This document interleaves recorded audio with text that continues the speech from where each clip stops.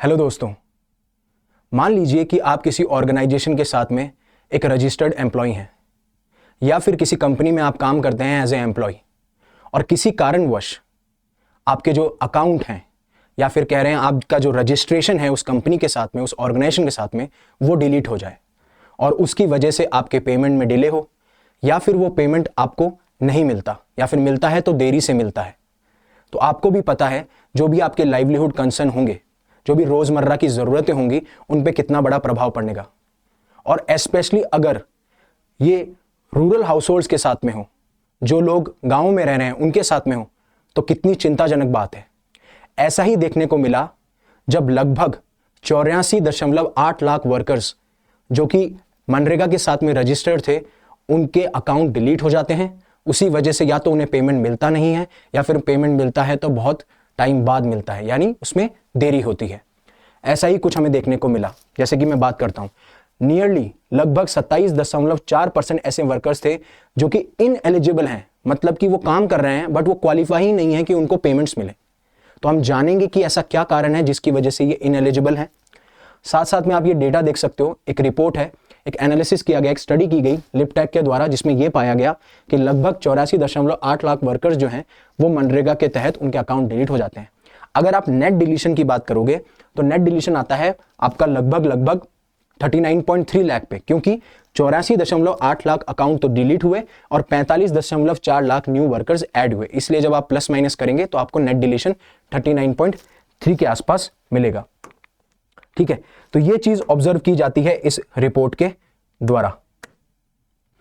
अब इसमें बोला जाता है कि एक स्टडी की गई लिपटेक के द्वारा, जो कि एक ग्रुप है जहां पे काफी सारे एकेडमिशियंस हैं, काफी सोशल वर्कर्स हैं, एक्टिविस्ट हैं। तो उन्होंने अप्रैल और दिसंबर में यह पाया कि लगभग 84.8 लाख वर्कर्स जो हैं, जो रजिस्टर्ड थे, उनके अकाउंट डिलीट कर दिए गए और नेट की आप बात करेंगे तो that will come around 39.3 lakh. अब जब हाईएस्ट नंबर ऑफ वर्कर्स की बात करेंगे कि कहां पे अकाउंट ज्यादा डिलीट हुए, तो आप पाएंगे तमिलनाडु में लगभग 14.7% और छत्तीसगढ़ में लगभग 14.6% आप पा सकते हैं। तो गवर्नेंस में आपके GS2 पेपर में आता है, तो आप इस डेटा को यूज कर सकते हैं और डायरेक्टली भी Mahatma Gandhi National Rural Employment Guarantee Scheme के बारे में पूछा जा सकता है। ठीक है, अब ये जो अकाउंट डिलीट हुए हैं, ऐसा नहीं है कि अभी ऐसा देखा गया है, ये ट्रेंड हम काफी सालों से देख रहे हैं। और यही लास्ट ईयर जब इसी ऑर्गेनाइजेशन ने, या लिपटेक की जो रिपोर्ट आई थी लास्ट ईयर, उसमें भी ये मेंशन किया गया कि लगभग 8 करोड़ अकाउंट्स डिलीट हुए जब हम फाइनेंशियल की बात करते हैं 2022-23 या फिर 2023-24, ये बातें की जाती हैं। अब आगे बढ़ने से पहले मैं बताना चाहूंगा कि Mahatma Gandhi National Rural Employment Guarantee Scheme है क्या। तो गवर्नमेंट ऑफ इंडिया 2005 में एक एक्ट पास करती है, उसके तहत ये स्कीम को लॉन्च किया जाता है। इस स्कीम में यह होता है, जो भी अडल्ट मेंबर है, एटलीस्ट एक adult member rural house hold का, जो कि काम करना चाहता है, जो एम्प्लॉयमेंट की डिमांड करता है और विलिंग है, अपनी इच्छा से अनस्किल्ड मैनुअल वर्क कर सकता है, तो उसको ये जो एक्ट है ये गारंटी देता है, लीगल गारंटी देता है कि एटलीस्ट हम आपको 100 days of ways employment provide करेंगे, जिससे कि जो रूरल एरियाज में जो लोग रह रहे हैं उनके जो लाइवलीहुड कंसर्न है उनको दूर किया जा सके, साथ साथ में जो रूरल एरिया है उसको डेवलप किया जा सके। इस तरीके से इस एक्ट को इंप्लीमेंट किया गया सरकार के द्वारा। तो ये कितना इंपॉर्टेंट हो जाता है जो लोग रूरल एरियाज में एम्प्लॉयमेंट ढूंढते हैं, राइट। तो अब ये जो लिपटेक रिपोर्ट है ये बोलती है कि जिस तरीके से ये नंबर बढ़ता जा रहा है अकाउंट डिलीट होने का, वो कहीं ना कहीं चिंताजनक बात है। साथ साथ में ये भी देखा जा सकता है कि ये कहीं जो डिलीशन हो रहा है, कहीं ये रॉन्गफुल तो नहीं है, ये अनएथिकल तो नहीं है। और उसी वजह से इन्होंने, जब एक ऑनगोइंग स्टडी चल रही है इनकी आंध्र प्रदेश के अंदर, वहां पे ये पाया कि 15% ऑफ जो अकाउंट हैं आंध्र प्रदेश के अंदर वो रॉन्गफुली डिलीट किए गए। तो ऐसा हमें बाकी स्टेट्स में भी देखने को मिल सकता है और कहीं ना कहीं ये एक हमारे लिए बहुत ही बड़ा कंसर्न है when it comes to rural households और वो लोग जो कि उन रूरल हाउसहोल्ड से आके मनरेगा के तहत काम करते हैं, राइट। तो अगर आप अपनी अनअकैडमी की तैयारी को कॉम्प्रहेंसिव बनाना चाहते हो तो अनअकैडमी आपके लिए लेके आया है 23,999 में एक कोर्स, जिसमें आपको कॉम्प्रहेंसिव कोर्स मिलेगा, जैसे वो प्रीलिम्स हो, मेंस हो, आपका इंटरव्यू हो। हमने 70+ सिलेक्शन दिए हैं CSE 2023 में। ये एक अनलिमिटेड एक्सेस मिलता है आपको बैचेस का। इसका मतलब है अगर आप इंग्लिश में एनरोल करते हो तो आपको हिंदी का भी एक्सेस मिलता है, आपको इंग्लिश बैचेस का भी एक्सेस मिल सकता है। तो आप डिफरेंट सब्जेक्ट्स आप डिफरेंट टीचर से पढ़ सकते हो। उसीलिए अनअकैडमी आपके लिए अश्योर्ड रिवॉर्ड्स लेके आया है दिवाली के ऊपर, जिसमें आप आईफोन जीत सकते हो, मैकबुक जीत सकते हो, गेमिंग कंसोल जीत सकते हो। तो आपको जाना है ऐप के ऊपर, अनअकैडमी ऐप के ऊपर, आपको एक व्हील दिखेगा, उसको आपको स्पिन करना है, जहां पे भी ये मार्क आएगा वो प्राइस आपका हो जाएगा। तो आप ये रिवॉर्ड्स जीत सकते हो और ये ऑफर अवेलेबल है 31 अक्टूबर तक, राइट। ऐसे ही यूपीएससी के बैचेस चल रहे हैं, लिबर्टी 2026 जो कि एक प्योरली इंग्लिश बैच है। अगर आप इंग्लिश बैच की बात करें तो आरएम 2026, और अगर आप हिंदी बैच की बात करें तो आपका शिखर 2026 अभी चल रहा है। अब मुद्दा ये आता है कि ये जो डिलीशन हो रहे हैं, जिस तरीके से ये अकाउंट डिलीट हो रहे हैं, उसके पीछे मेनली रीजन क्या है। तो कई बार कुछ स्कॉलर्स और कुछ एनालिस्ट ये कहते हैं कि रीजन हो सकता है कि लोग इतने अवेयर नहीं हैं इन चीज़ों के बारे में, या फिर जो इंफ्रास्ट्रक्चर की रिक्वायरमेंट है गाँवों के अंदर जिससे कि लोग अवेयर हो सके, है ना, वो रीजन बनता है। बट मोस्टली ये जो हाई डिलीशन रेट अकाउंट है, ठीक है, जिस तरीके से हाई रेट ऑफ डिलीशन है, ये लिंक किया जा रहा है आधार बेस्ड पेमेंट सिस्टम के द्वारा। तो आपको पता होगा 2023 में जो मिनिस्ट्री ऑफ रूरल डेवलपमेंट है, उन्होंने ये कहा, उन्होंने मैंडेट दिया कि आपको क्या करना है, आधार बेस्ड पेमेंट सिस्टम को क्या करना है, लागू करना है मनरेगा के तहत। अब इसमें क्या होता है, इसमें कुछ सेवरल कंडीशंस होती हैं जो वर्कर्स को मीट करनी पड़ती हैं, मतलब कि उनको पूरी करनी पड़ती हैं। जैसे कि जो आधार कार्ड पे नाम है वो उनके जॉब कार्ड पे भी होना चाहिए, जो इनको मनरेगा के तहत जो जॉब कार्ड मिला है, ठीक है, एम्प्लॉयमेंट कार्ड आप बोल सकते हो। साथ साथ में ये आधार जो है ये जॉब कार्ड के साथ में लिंक भी होना चाहिए। फिर एक और कंडीशन है कि आपका आधार जो कार्ड है, जो आधार कार्ड है वो आपका बैंक अकाउंट है उससे भी लिंक होना चाहिए। और फिर उसके बाद में ये सारी चीजें क्या हैं, अलाइन होनी चाहिए national payment corporation of India के साथ में भी। तो इतनी सारी टेक्नोलॉजीज की वजह से होता क्या है, या तो वर्कर अवेयर नहीं होता है, या फिर उसके पास में आसपास ऐसा इंफ्रास्ट्रक्चर अवेलेबल नहीं होता है कि ये सारी सर्विसेज को अवेल कर सके।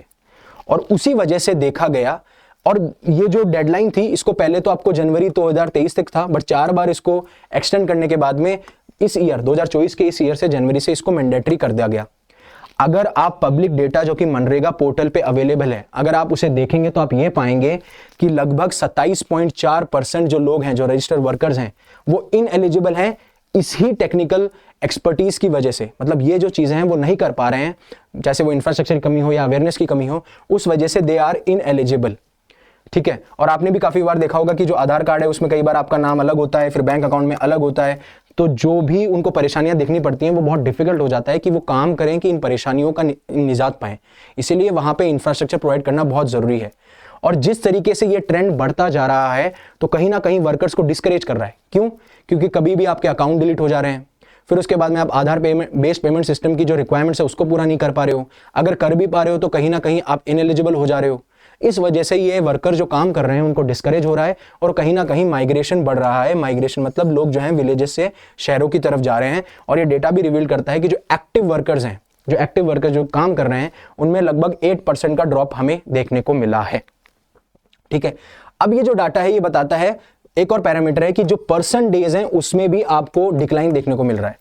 पर्सन डेज का मतलब एक फाइनेंशियल ईयर में एक ऐसा एक्टिव वर्कर जो कि रजिस्टर्ड है मनरेगा के साथ में, वो कितने दिन काम करता है, कितने दिन काम करता है एक फाइनेंशियल ईयर में। तो पहले ये नंबर ज्यादा था लेकिन अभी ये जो ट्रेंड है कम हो रहा है। तो इससे ये पता चलता है कि किस तरीके से एक्टिव वर्कर्स की संख्या कम हो रही है, इन सारी फैक्टर्स की वजह से वो डिस्करेज हो रहा है। अब जब एक्टिव वर्कर्स की संख्या भी कम हो रही है तो जो एक्टिव वर्कर्स अवेलेबल हैं वो टोटल नंबर ऑफ जो वर्क डेज हैं उनके फाइनेंशियल ईयर में वो भी कम होते जा रहे हैं। तो कहीं ना कहीं जो हमारा एम था, जो हमारा पर्पस था मनरेगा को लेके, वो फुलफिल नहीं हो पा रहा है और इसके लिए सरकार को कोई ना कोई कदम लेना पड़ेगा। तो अगर आप देखेंगे, कंपेयर करेंगे तो हमें 16.6% डिक्रीज देखने को मिलता है when it comes to decline in percentage या total number of work days.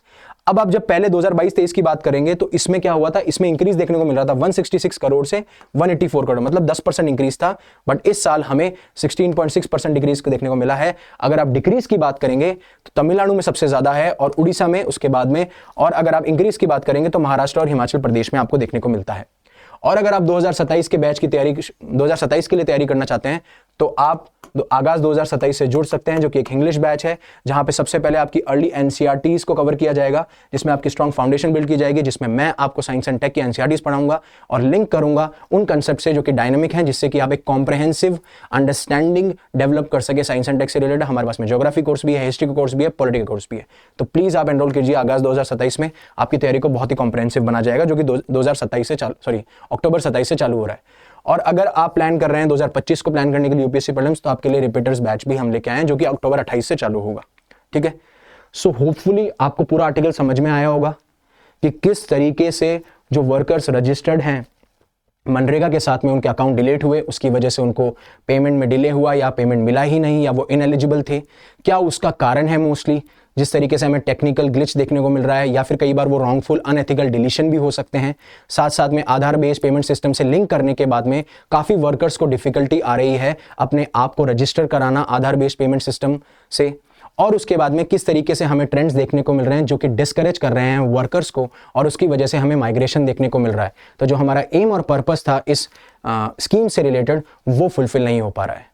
तो अगर आपको ये लेक्चर पसंद आया हो तो प्लीज़ इसे लाइक कीजिए, और अगर आपकी लाइफ में ये लेक्चर वैल्यू ऐड कर रहा है और आप चाहते हैं कि किसी और की लाइफ में वैल्यू ऐड कर रहा है तो प्लीज़ इसे शेयर कीजिए, और ऐसे ही रेगुलर अपडेट्स के लिए इसे सब्सक्राइब कीजिए। Thank you very much for listening to me. Have a nice day.